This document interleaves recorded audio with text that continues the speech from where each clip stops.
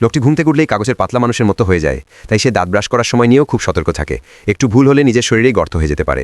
বাড়িতে বিশ্রাম নিলেও সবসময় সাবধানে থাকে, যেন রোবোটিক ভ্যাকুয়াম ক্লিনার তাকে বর্জ্য ভেবে পরিষ্কার করতে না নেয়। তার ওজন মাত্র 2.5 টুকরো, মানে খুবই হালকা, তাই কুকুরকে হাঁটাতে বের হলে উল্টো সেই কুকুরের হাতে ঘুড়ির মতো লটকে থাকে।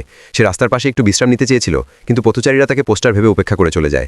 হতাশ হয়ে সে ভাবল, 1 কাপ কফি খেলে মনটা ভালো হবে, কিন্তু সার্ভার কফি এনে দিতেই সে হাওয়া হয়ে গেল। পাশে ফিরে তাকানোর পরই তাকে খুঁজে পাওয়া গেল।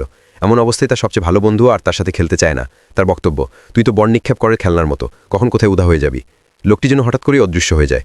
তার অদ্ভুত শরীরের গঠন শুনে একটি জনপ্রিয় টিভি অনুষ্ঠান তাকে আমন্ত্রণ জানালো। সে ভেবেছিল এবার হয়তো এক রাতেই বিখ্যাত হয়ে যাবে, কিন্তু সেখানে গিয়ে উল্টো তাকে ঠাট্টা বিদ্রুপ সহ্য মারতে হলো। রাগে খবে সে সেটি ছেড়ে বেরিয়ে গেল। হতাশে হাঁটতে হাঁটতে সে এক ভেন্ডিং মেশিনের সামনে এলো।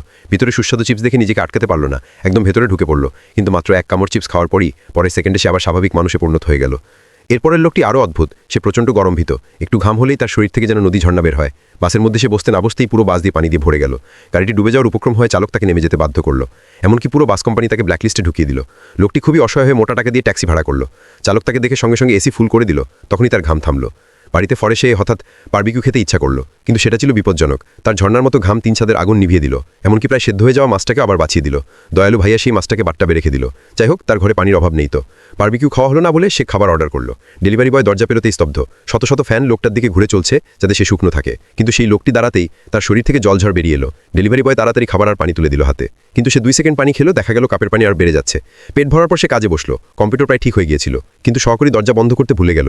ফলে তার ঘাম আবার নদীর মতো বের হতে লাগলো। কম্পিউটার ঠিক তো হলোই না, বরং পুরোপুরি নষ্ট হয়ে গেল। পাশে টাকা ছেলেটা খুশিতে আত্মহারা, অন্তত নতুন কম্পিউটার তো পাবেই।